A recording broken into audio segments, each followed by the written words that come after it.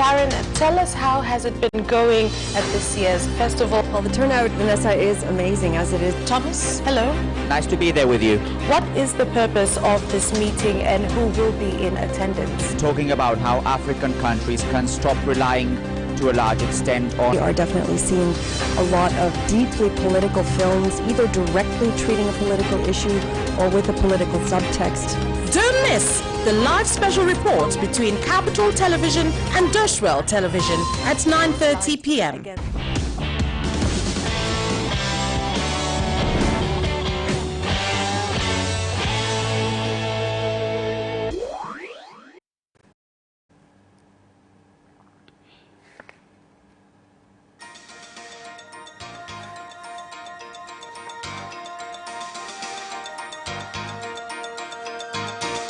In Capital News tonight, over 5 people drowned in Pangani. In international, President Museveni holds upper eviction plan.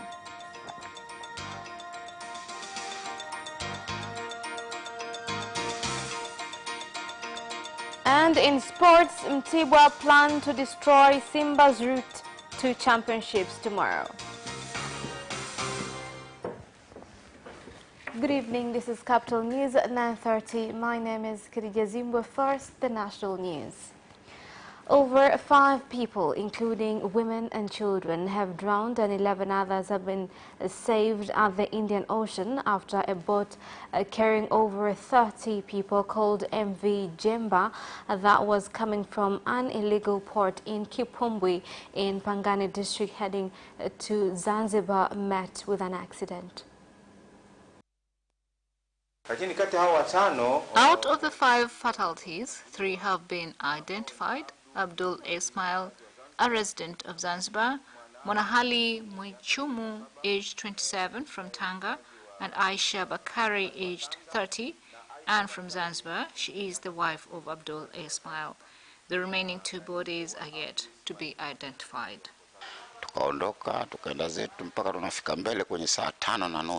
The accident occurred at around 11:30. The vessel was filled with water, although we don't know the reason behind it. We fought to save our lives. I had a wife with 2 children on the vessel. I watched my family perish in the water. The people on board were commercial passengers traveling from Kitumbwi going to Unguja. The boat left about 11 p.m. and at about 1 a.m. they called to notify us that the vessel was experiencing some problems. So early in the morning, a vessel was sent to the rescue, but 7 people had already died, 4 male and 3 female passengers. The former UDAT director and his wife Florencia Membe have had their charges dismissed at Kisutu Resident Magistrate Court and then apprehended and had their case adjoined to one with 19 charges, including causing UDAT 2.41 billion shillings in loss. Other accused in the case are Kulwa Kisena, Charles Newe, and a Chinese citizen, Chenny Shi. As a group, they listened as the charges against them were being read before the resident senior magistrate, Augustine Ruizire, and the state prosecutor, Glory Mwenda, claimed that 19 charges had been leveled against them.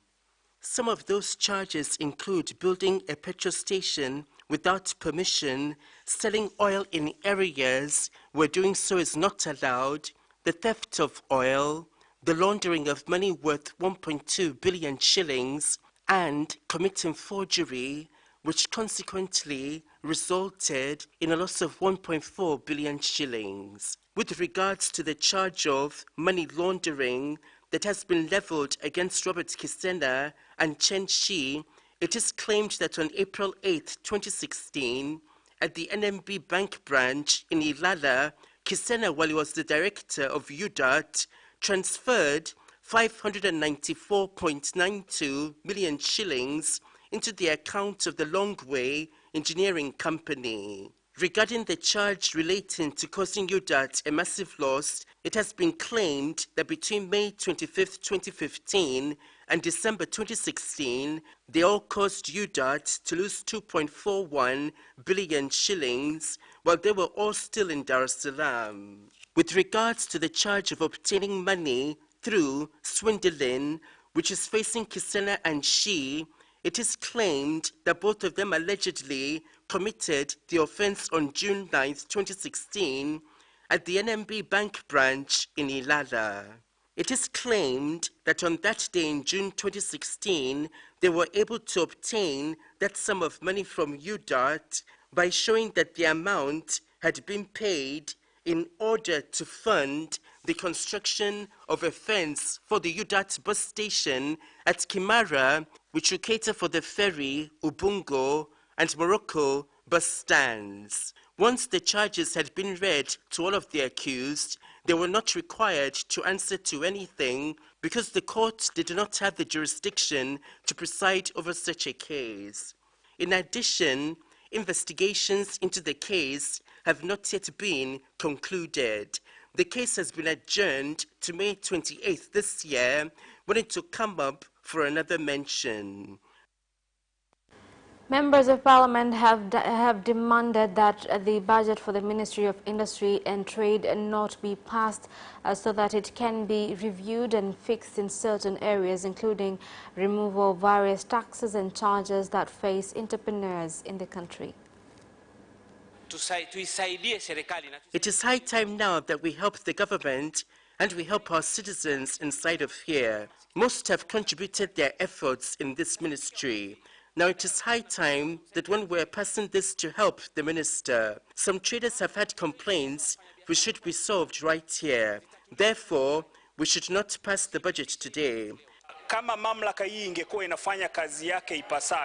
If the authority did its duty as it should by carrying out research necessary so it can advise the government accordingly, then today our farmers would not be facing the challenge of not knowing where they're going to sell their produce. Koshi Rural Chadema MP stated that the president has good intentions, but his officials are the ones letting him down, and thus the parliament must take a decision on actions to be taken against such leaders, with Muheza MP for CCM Adadi Rajab demanding that a General Tyres factory be moved to Muheza. We entered into a contract with Indo-Power Company of Kenya. The day we signed the contract, the government went there. Kabudi was speaking, and he said that the company is eligible and it has experience and financial stability. After 4 months, we have realized that the company has no ability, plus it has failed and the business has died. I advised the government that instead of the investor building an industry or rehabilitating it in Arusha, that it would be better if the industry is built right at the rubber farm in Muheza. Tourists in China visiting attractions at Serengeti National Park have fulfilled their dream of viewing the wild beast migration, a unique and special occurrence that is not found in any other part of the world. Tanzania surface is very good, so beautiful.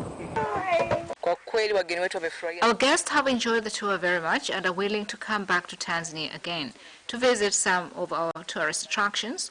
During the tour, they've been able to see different species, but today they were able to witness beast migration, which was a big attraction. When we went to China last year, we toured a very big flower garden, and the head promised to send a team of experts to come and assist us.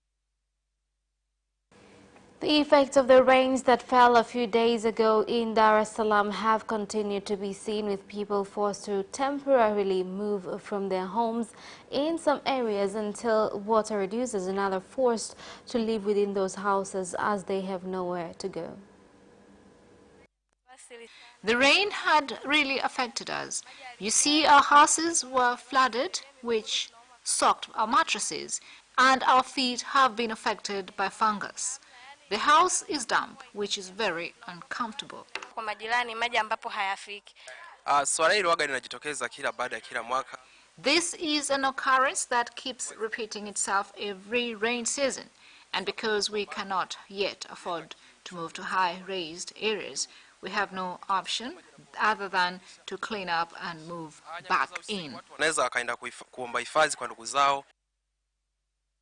In other areas such as Msisiribi in Mwananyamala, some houses in the street were surrounded by water, forcing residents to set wood planks so that they can get in and out of their homes.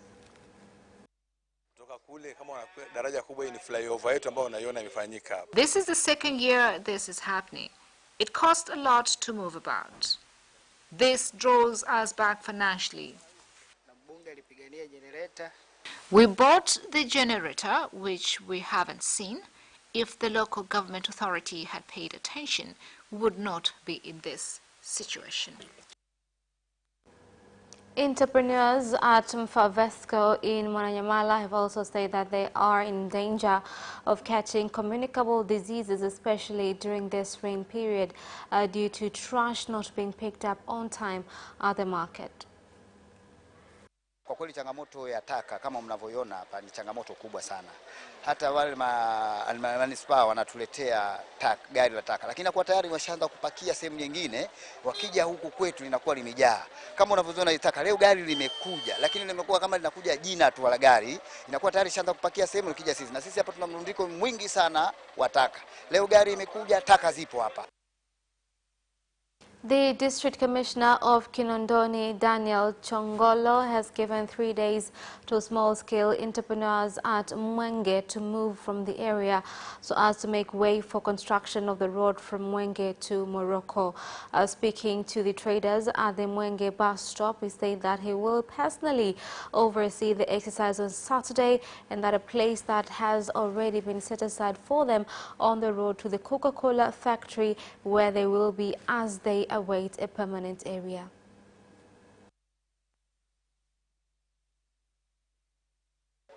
Juma ngapi? Nitakuja mimi mwenyewe. I will come personally. I ask you to bring your list and we shall do likewise. We shall attend to those with land first at 9:30 a.m. This will affect the business badly. We have no other choice but to agree on what has been decided. When you are removed from an area you are used to and taken to a different area, this definitely affects you. I've not taken this wholeheartedly. However, there is no citizen with a right mind who will go against development and the government's plan to build infrastructure. The third witness in the case facing senior Chadema leaders Corporal Rahim Ramadan, who explained to the Kisutu Resident Magistrate Court just as how he saw the National Chadema Chairman Freeman Mbowe led a demonstration towards the office of the Director of Kinondoni Municipal when campaigns for the rerun elections of Kinondoni Municipality in Dar es Salaam were drawing to a close. The witness, Corporal Rahimu Ramadani, who is a police officer at the Oyster Bay Police Station in Dar es Salaam, explained this to the Kisutu Resident Magistrate Court before the Chief Magistrate, Thomas Simba, while he was given testimony in the case facing the senior Chadema leaders who were being accused of incitement.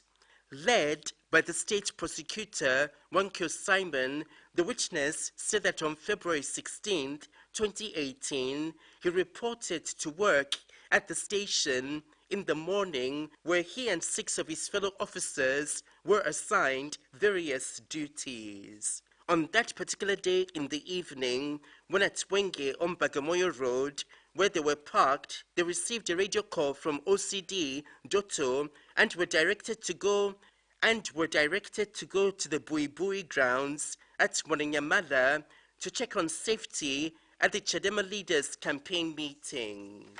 He said that at the meeting, he witnessed Mbowe take a mic from the candidates running to be MP for the Kinondoni constituency on the Chadema ticket, Salim Walim, and said that he will escort the leaders of the area to take their letters with a large group of citizens at the grounds, angered by the leaders, including Mbowe. The case has been adjourned to May 31st of this year, when it will resume with the giving of testimony.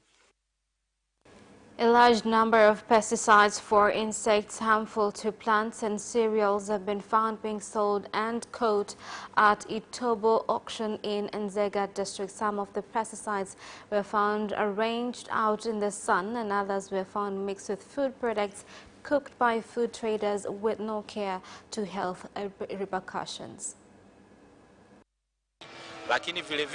They are also selling it near food. The problem is that pesticides are poisonous to food, but you find that the same person is selling pesticides near food. Thus, as a result, he will be selling people poisoned food. Also, it has to be noted that when selling pesticides in sunny areas, the sun rays reduce their strength because, after all, the pesticides are made of chemicals.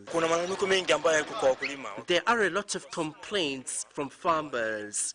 They're complaining that the pesticides they buy for their herds and plants don't perform. Most of the time, they have been complaining to the TPRI that the authority registers pesticides which don't have any effect and which don't work. And that is the end of national news. International news follows shortly.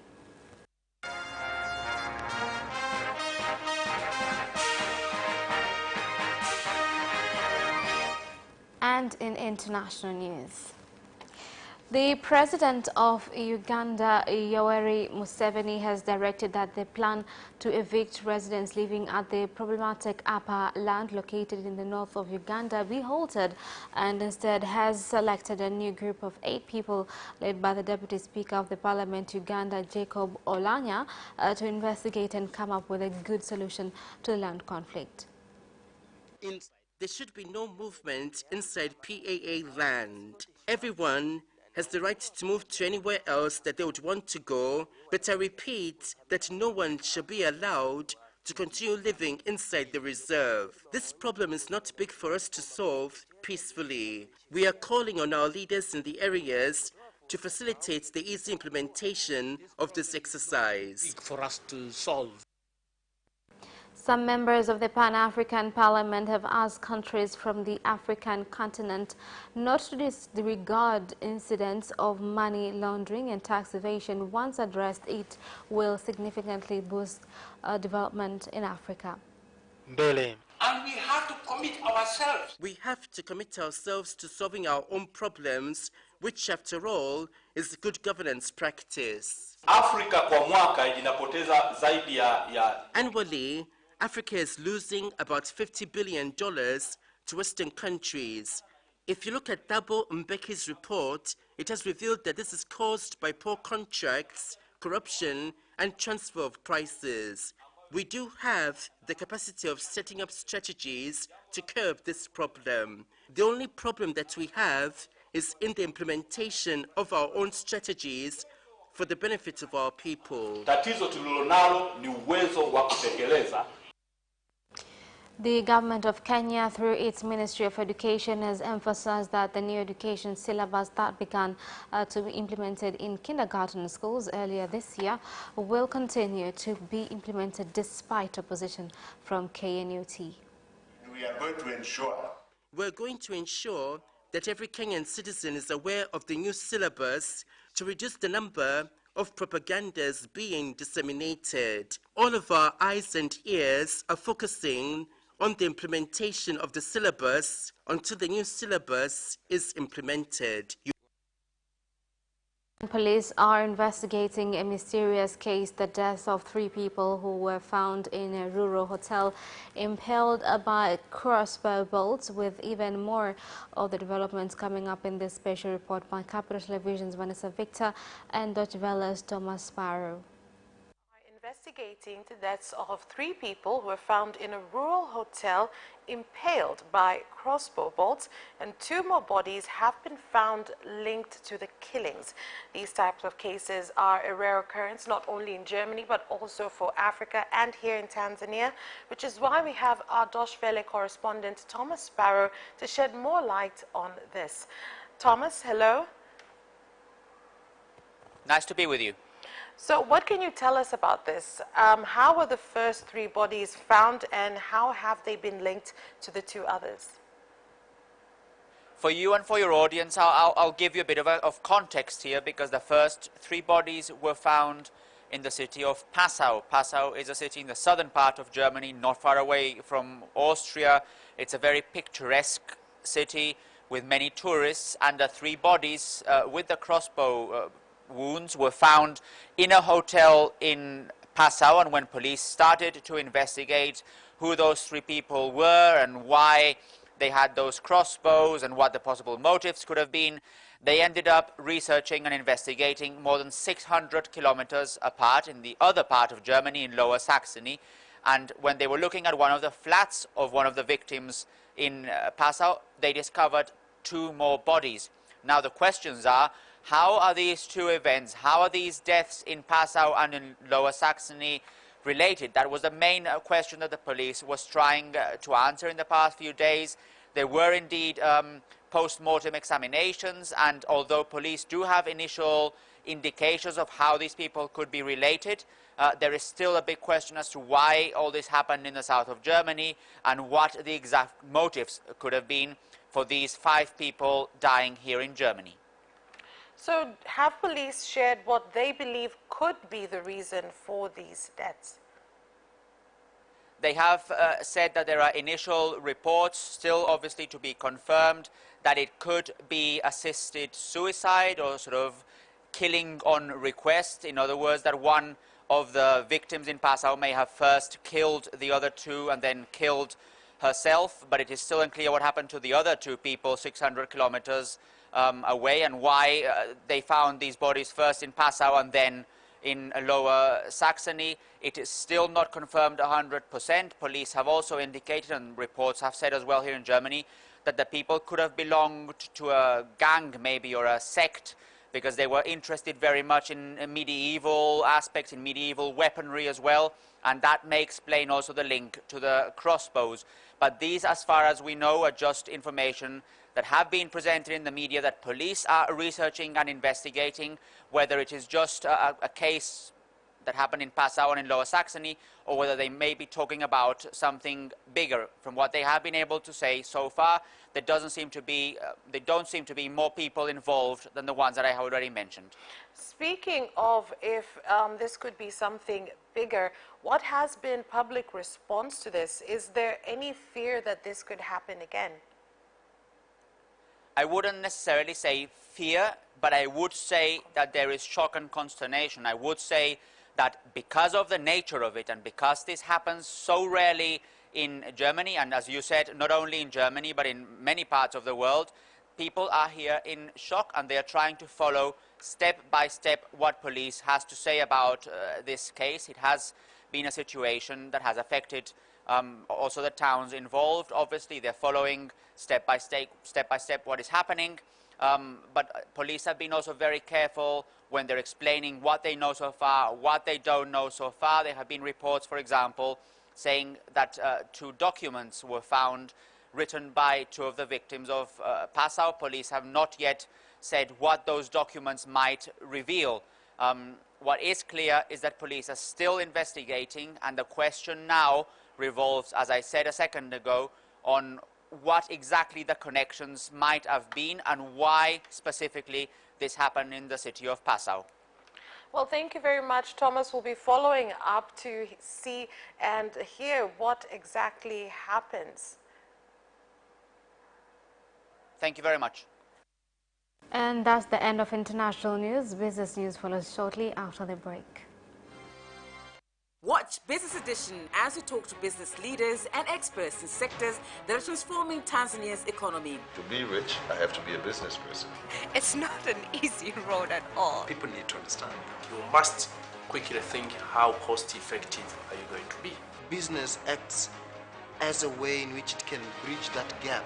Business Edition will keep you informed on latest developments in the financial sector, extractive industry,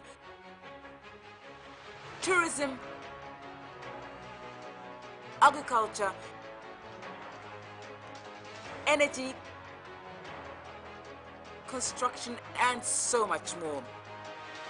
Meet entrepreneurs who create employment opportunities. Watch Business Edition on Friday at 8:15 p.m.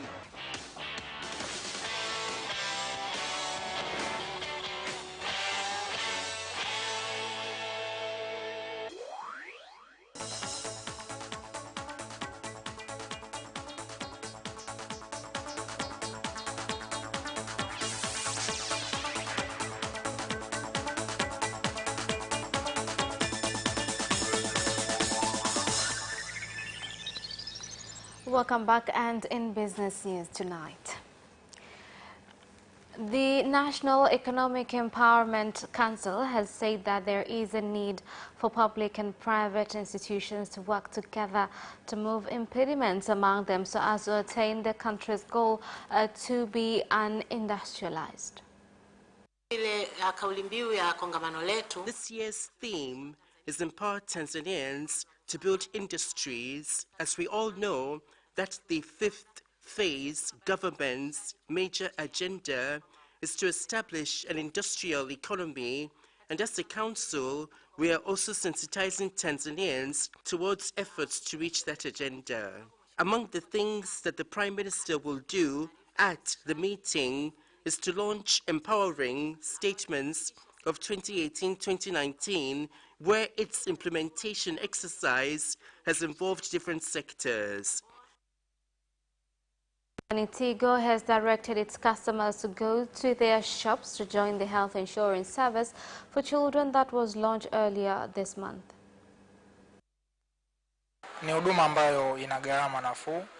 It is an insurance which is aiming at reaching every Tanzanian at affordable prices, so long as they will meet the conditions required. One thing that Tanzanians should know is that it is not wise living without any assurance of your health. Health bills are among the most expensive types of bills. Thus, whenever you can come across affordable services, it is important that you invest in them.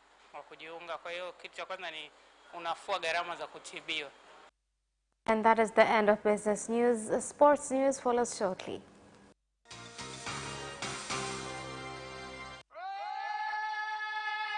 Hi, my name is Kotaro Tokuda. What's up? My name is Céline Garnier. I'm John Barnes from Liverpool Football Club. The hip, hop, a hip, the hip, hip. Gazette. I'm watching Sport Gazette. And you're watching Sports Gazette. With Sebastian. With Sebastian. Peace out. Yes! And you can also watch Sports Gazette for highlights and interviews regarding sports. Do not miss Sports Gazette every Wednesday at 7 p.m. only on Capital Television.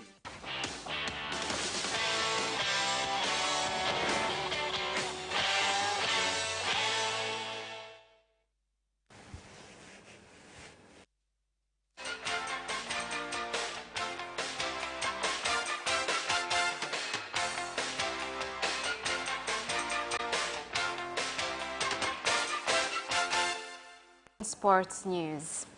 Mtibwa Sugar Football Club have planned to destroy Simba's route to the championship when they play the defending champions tomorrow at the Uhuru Stadium in Dar es Salaam. Those are just words which are there even in Kangas. We are Mtibwa. We'll make sure we leave with 3 points which are very important. We want to gain respect in this league, and this can only be done through getting top positions on the table. We are playing Simba tomorrow, then we play Azam, and then we play Simba at Jamhuri. Tatu muhimu sana kwetu tupate pointi 9 ambazo zitatuhakikishia tukalie kwenye nafasi ya 4.